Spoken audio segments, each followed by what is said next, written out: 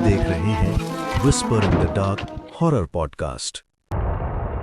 इस कमरे में अगर कोई आत्मा हो तो मेरे आंखों के सामने आए। क्या कोई है जो हमसे बात करना चाहता है? अगर कोई हो तो ये बटन यस पर चला जाए। इस तरह के न जाने कितने खेल हमने बचपन में खेले हैं। ओइजा बोर्ड एक ऐसी याद जो हम सब के दिलों में कहीं ना कहीं है। हम सब ने हॉरर मूवीज में देखा है। तो क्या आत्माएं बुलाने पर आती हैं? हम सब यही चीजें सोचते हैं और फिर उसके बाद थोड़े समय के बाद भूल जाते हैं कि ऐसा कुछ हो भी सकता है। ये तो महज एक खेल है। मैं आपको आज अपना एक ऐसा केस बताने जा रहा हूँ जहाँ पर ऐसा ही कुछ हुआ ओइजा बोर्ड के साथ में। ये बात है सन 2010 की। मेरा दोस्त मेरे घर में आता है और मुझसे कहता है कि एक बहुत बड़ी दिक्कत हो गई है। मैंने उससे पूछा कि आखिर क्या हुआ। उसने बोला कि वो चीज़ मैं तुम्हें चलकर दिखा सकता हूँ, बता नहीं सकता। पहली बार मैं दोस्त से इस तरीके से बात कर रहा था तो थोड़ा अजीब लग रहा था, पर उसने कहा कि उसने मेरी मुंबई की टिकट करा दी है। तो मैं अपने होम टाउन से सीधा उसके शहर चला गया। वहाँ जाकर उसके फ्लैट में मैंने देखा कि एक लड़का है जो अपना सर दीवार पर रगड़ रहा है जोर जोर से। मैंने पूछा कि इसको क्या हुआ है तो उसने बोला कि कुछ तो ऐसा हुआ है जो शायद ये बता नहीं पा रहा है। मैंने कई बार उससे पूछने की कोशिश करी। जब ज्यादा जोर लगाकर उससे पूछा तो उसने अपने मुंह से खून की उल्टी कर दी और उस वॉमिट के बाद वो उसी वॉमिट से ABCDHIQ न जाने क्या क्या लिखने लगा। थोड़ी देर देखने के बाद ये समझ में आया कि ये कोई ओइजा बोर्ड बना रहा है। मैंने उसको पूछा कि तुम्हें कोई दिक्कत है या फिर तुम कोई ऐसी स्पिरिट हो जो ओइजा बोर्ड से आई हो। उसने मेरी तरफ देखा, हंसा और फिर उसके बाद अपना दीवार में सर पटकने लगा। उसका दीवार में सर पटकना इतनी जोर से हो गया था कि उसे 2 लोगों को मिलकर रोकना पड़ा। किसी तरीके से उसे बेहोश किया गया और उसके बाद इस बात का पता लगाने के लिए मैं और ज्यादा तहकीकात करने लगा। मैंने उससे पूछा कि लड़का पहले कहाँ रहता था। उसने बताया कि पास ही एक बिल्डिंग है, वहां पर। पता नहीं, बीइंग एज अ एग्जॉस्टिस्ट मुझे ऐसा लग रहा था कि पास के घर में अगर जाएंगे तो शायद वहां से कोई सुराग मिले, क्योंकि इस लड़के के घर का कोई भी सदस्य जिंदा था नहीं। जिस बिल्डिंग में वो रहता था पास वाली बिल्डिंग में ही जब हम गए तो पता चला कि वहां पर एक पूरा परिवार है और वो किसी से मिलना नहीं चाहता। पिछले 1 साल से रह रहा था वो परिवार। हमने बहुत कोशिश करी, तब जाकर उन्होंने बात करना चाहा। मैंने उनको आश्वासन दिया कि आपके साथ जो भी हो रहा है हम उसे सुनेंगे। उन्होंने बताया कि हमारे घर में हर रात हर एक इंसान खून की उल्टी करता है और उससे वो कुछ जमीन पर बनाता है, अलग अलग चीजों को बुलाता है और फिर उसके बाद सुबह उठकर जब ये लोग देखते हैं तो जमीन पर कुछ अजीब से नक्शे या कोई चित्र बने होते हैं जो कि बहुत ज्यादा अजीब होते हैं। कि आखिर क्या हुआ है, लेकिन इस बात का राज जानना बहुत जरूरी था। तो उस दिन मैं उनके घर रात को रुक ही गया, ये देखने के लिए कि आखिरकार यहाँ पर होता क्या है। उस रात करीबन 10 साढ़े 10 बजे के आसपास मैंने देखा कि उनका छोटा बेटा उस फ्लैट के हॉल में आकर बैठ गया और मेरी तरफ देख के जोर जोर से हंसने लगा, ऐसे जैसे उसे मेरे होने की मौजूदगी की कोई खबर ही नहीं थी। जितनी देर में मैं उससे कुछ पूछता उसने अपना हाथ उठा दिया, जैसे वो मुझे कुछ बोलने से रोक रहा हो। थोड़ी देर में मैं क्या देखता हूँ कि घर के हर एक मेंबर आकर एक सर्कल में वहां पर बैठ जाते हैं, जोर से अपने छाती को पीटते हैं और उसके बाद एक खून की उल्टी उस घेरे के अंदर ही करते हैं। देखने में बहुत ही भयानक और बहुत ही घिनौना लग रहा था। उसके बाद वो कुछ जमीन पर ही लिखने लगते हैं और बोलते हैं कि इस कमरे में कोई आत्मा हो तो आ जाए। थोड़ी देर में मैं क्या देखता हूँ कि बाथरूम का जो दरवाजा था वहां से किसी के चलने की आवाज आती है, जैसे कोई छोटा बच्चा हो और वो पानी में खेल रहा हो। सुनने में बहुत ही भयानक था और देखने में उससे भी ज्यादा। मैं क्या देखता हूँ कि एक छोटा बच्चा जिसके सर पर बाल नहीं है पर उसका पूरा मुंह सफेद है, वो उसी वॉशरूम के दरवाजे से झांक रहा था। मैंने देखा शायद वहां कोई बच्चा हो, लेकिन उनके परिवार में इस तरीके का कोई भी बच्चा मौजूद नहीं था। वो बस झांके जा रहा था और हंस रहा था। मुझे साफ उस बच्चे की हंसी सुनाई दे रही थी। थोड़ी देर और बीते होंगे कि वो जोर जोर से चिल्लाने लगे कि अगर कोई भी बच्चा यहाँ पर मौजूद हो तो वो प्लीज आ जाए, हम उससे बात करना चाहते हैं। और सबसे अजीब बात यह थी कि जितने भी लोग बात कर रहे थे सभी एक ही स्वर में बोल रहे थे कि वो बच्चा कहाँ है, वो बच्चा कहाँ है। अगर कोई भी हो मुझे मिलो, मुझे बात करनी है। शायद मैं अभी भी कुछ समझ नहीं पा रहा था और थोड़ी देर के बाद उन सभी ने अपने सर पर हाथ रखा और जोर से कुछ अजीब सा शब्द चिल्लाया जो शायद मेरी समझ के परे था। ये चिल्लाने के बाद वो बेहोश हो गए। मैं जब शब्द पे गौर करा तो मुझे लगा कि वो संजय नाम का कोई शब्द चिल्ला रहे थे। मुझे लगा कि इस आत्मा का नाम हो ना हो संजय ही है। उनके जब होश में आने पर मैंने उनसे पूछा कि आखिरकार आप लोगों को हुआ क्या था, तो उन्होंने कहा कि आप भी यहाँ से चले जाओ वरना आप भी हमारी ही तरह इस सर्कल में आके बैठ जाओगे और अपने खून की उल्टी कर करके हर दिन मारे जाओगे। उस पूरे परिवार ने बताया कि उन लोगों का हर एक दिन किस तरह से मर मर के बीतता है। उन्होंने बताया कि हर दिन जब भी वो सोने जाते हैं तो उन्हें ऐसा लगता है कि कोई छोटा सा बच्चा उनके सीने पर आकर बैठ गया है और जोर जोर से कह रहा है कि अभी चलो और मुझे बुलाओ, अभी चलो और मुझे बुलाओ। शायद हम सबको ये सुनने में बहुत ही नॉर्मल लगे, लेकिन जब वो फैमिली मुझे बता रही थी तो मुझे उनका डर उनकी आंखों में साफ साफ दिख रहा था।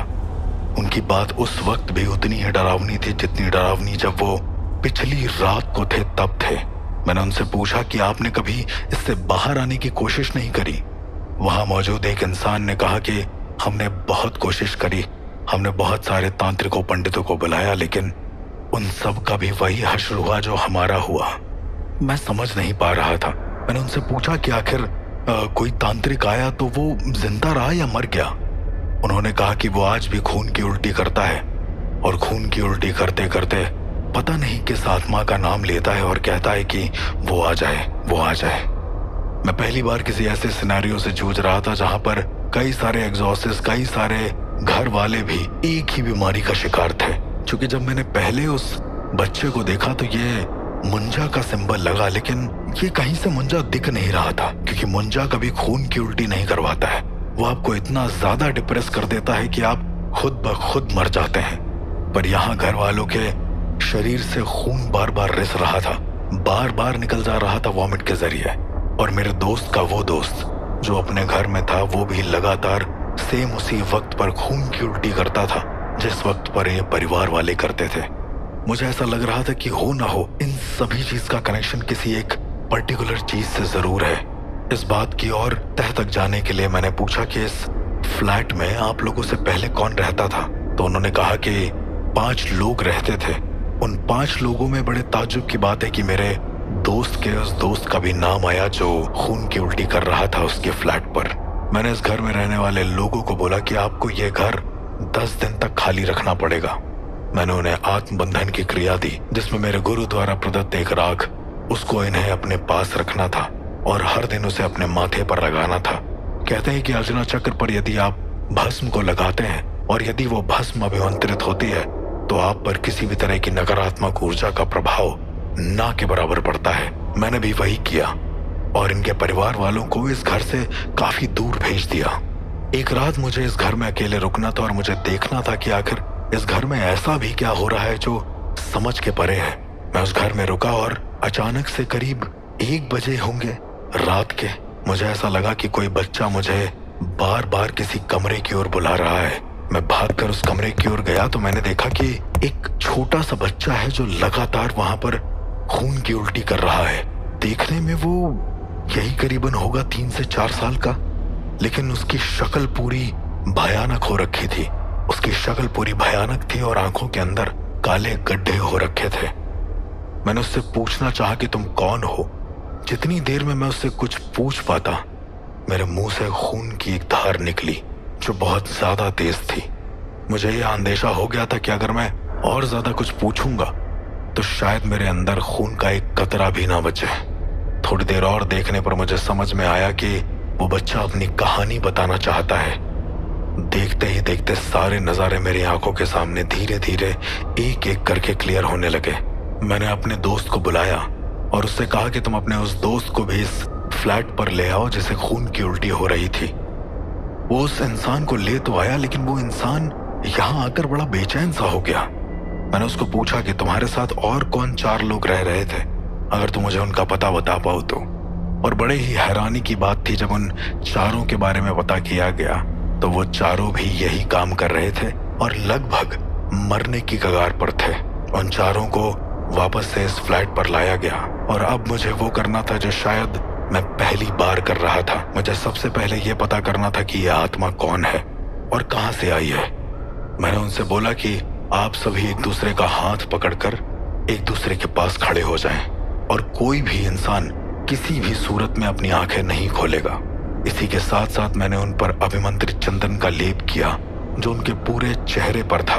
मुझे लग रहा था कि कहीं ना कहीं से ये ऊर्जा प्रवेश करने की कोशिश करेगी, इसलिए उनके शरीर के जितने भी भाग खुले थे मैंने उन सभी पर चंदन का लेप कर दिया। वो चंदन जो मैंने अभिमंत्रित कर रखा था, जिसे शायद वो आत्मा भली भांति पहचान चुकी थी। थोड़ी देर और बीते होंगे कि मैंने अपनी क्रिया शुरू करी। मैंने उन 5 के सामने 5 दियों को जलाया और बोला कि अपनी आंखें बंद कर बस ये इमेजिन करो कि यहाँ पर कुछ है। उन्होंने ऐसा ही करा। थोड़ी ही देर में मैंने देखा कि वो 5 दिए एक साथ टूट गए। बड़े ही ताज्जुब की बात थी कि 5 दिए एक साथ टूटे, इसका मतलब यहाँ पर पंच महाभूतम को कोई वश में करने वाला था। दरअसल कई सारी ऐसी साधनाएं होती हैं जहाँ पर 5 महाभूतों को भी वश में किया जाता है, लेकिन ये साधनाएं केवल एक महज मिथ्या है, एक झूठ है। ऐसा कभी होता नहीं है। मेरे गुरु ने एक बार बताया था कि जो इंसान पंच महाभूतों को वश में करने की कोशिश करता है वो सबसे पहले कच्चे कलवे को सिद्ध करता है। हमारे लिसनर्स की जानकारी के लिए बता दें कि कच्चे कलवे ऐसे बच्चों की आत्माएं होती हैं जो 10 साल से कम उम्र के बच्चे होते हैं और ऐसे बच्चे बेहद खतरनाक होते हैं। वो किसी भी हद तक जा सकते हैं अपना काम कराने के लिए। मुझे समझ आ गया था कि यहाँ कुछ तो बहुत भयानक हुआ है। उसके बाद मैंने इन सबसे बोला कि तुम लोगों ने क्या यहाँ पर कुछ अजीब किया था? तो उन 5 ने एक साथ बोला कि हमने यहाँ पर ओइजा बोर्ड की प्रैक्टिस करी थी और एक आत्मा का आवाहन किया था। उस आत्मा के आवाहन के समय हमें कई सारे बच्चे दिखाई देने लगे और वो कहने लगे कि हमें आजाद कर दिया है, हमें आजाद कर दिया है। और एक ही नाम वो बार बार चिल्लाने लगे कि मुझे उससे मिलना है, मुझे उससे मिलना है। मैं समझ गया था कि हो ना हो चीजें उसी आत्मा से जुड़ी हुई हैं। थोड़ा और जानने पर समझ में आया कि वो आत्मा एक छोटे बच्चे की थी जिसको शायद कोई बीमारी रही होगी। मुझे और ज्यादा पुख्ता सबूत चाहिए थे, इसलिए मैंने अपने हाथ में ली हुई राख को एक इंसान के मुंह पर फेंक दिया। ये भी एक तरीके का बंधन होता है जिससे आत्माएं विवश हो जाती हैं किसी शरीर पर आने के लिए। और जैसे ही मैंने उसके शरीर पर वो भस्म छिड़की, उसने तुरंत कहा, मैं छोटा, मेरा नाम शिवम है। इन लोगों ने मुझे मार दिया, मुझे जहर देकर हमेशा के लिए मार दिया। मुझे बचाओ, मुझे वापस जाना है, मुझे अपनी माँ के पास जाना है, मुझे जिंदा रहना है। ये देखने पर समझ में आया कि ये बच्चा कितना ज्यादा मुश्किल में है। दिग्बंधन और अष्टबंधन दोनों की क्रिया करने के बाद मुझे पता चला कि इस बच्चे का अस्थि शव इसी कमरे में कहीं पर है। थोड़ी देर में जहां पर ये 5 लोग खड़े थे, अचानक से इन सबको कुछ हुआ और वो भागकर एक दीवार की तरफ गए। ऐसा लगा कि यहाँ पर कुछ तो है। जब उसको अच्छे से तोड़ा गया तो वहां पर एक बच्चे का शव मिला जो पूरी तरीके से सड़ चुका था और उस पर कई सारे अभिमंत्रित धागे बंधे हुए थे। जब मैंने उन धागों को ठीक से देखा तो समझ में आया कि किसी तांत्रिक ने यहाँ पर किसी बच्चे की बलि दी है और वो कच्चे कलवे को सिद्ध करने की कोशिश में खुद भी मारा गया और उस बच्चे की आत्मा को भी यहाँ हमेशा के लिए कैद कर गया। अब तो सिर्फ एक ही रास्ता था कि इस शव को जला देना। हमने उसी कमरे में एक छोटा सा अग्नि कुंड बनाया और उसके बाद इस छोटे बच्चे के शव का अंतिम संस्कार हमने विधि पूर्वक किया। विधि पूर्वक अंतिम संस्कार करने के साथ ही साथ ये समझ में आया कि कई सारे ऐसे बुरे तांत्रिक होते हैं जो अपने फायदे के लिए किसी के बच्चे को अगवा कर लेते हैं और उसके बाद उन पर बुरी क्रियाएं कर देते हैं। लेकिन कहते हैं ना कि बुरे काम का बुरा परिणाम ही होता है। इस बच्चे के शव को देर से ही सही लेकिन मुक्ति तो जरूर मिली, पर वो तांत्रिक हमेशा के लिए शायद किसी और दुनिया में फंस कर रह गया होगा जिसका पता शायद ना मुझे है और ना ही आप में से किसी को। इसके बाद मैंने हर एक इंसान को जो भी उस कच्चे कलवे को देख सकता था उस व्यक्ति को दुर्गा सप्तशती का पाठ करने को कहा, करीबन 81 दिनों तक। और वो परिवार वाले जिनको मैंने 10 दिन के लिए दूर भेजा था उनको मैंने कुछ दिनों के लिए एक आश्रम में भेज दिया जहां उन्हें वेदों पाठ करने के लिए बोल दिया गया। दरअसल जब हमारे अंदर किसी बुरी आत्मा का समावेश होता है या हम किसी बुरी ऊर्जा से निकले ही होते हैं तो हमें अपनी ऊर्जा को पवित्र करने के लिए ऐसे पवित्र मंत्रों का उच्चारण करना होता है जिससे हमारा शरीर अपनी मूलभूत अवस्था को पहचाने, अपनी प्राइमरी लोकेशन को पहचाने और वो ये जान पाए कि ये उसी का शरीर है और ये उसी की आत्मा है, ताकि उसकी विल पावर और ज्यादा मजबूत हो सके। सब कुछ सही हो चुका था। मुझे ऐसा लग रहा था कि पैरानॉर्मल की दुनिया के ऐसे अनसुने राज आज भी इस दुनिया में मौजूद हैं जो अनदेखे, अनसुने और अनजाने होते हैं। ऐसे ही कई सारे छुपे हुए राज जानने के लिए सुनते रहिए the real ghost encounters with Horror Podcast.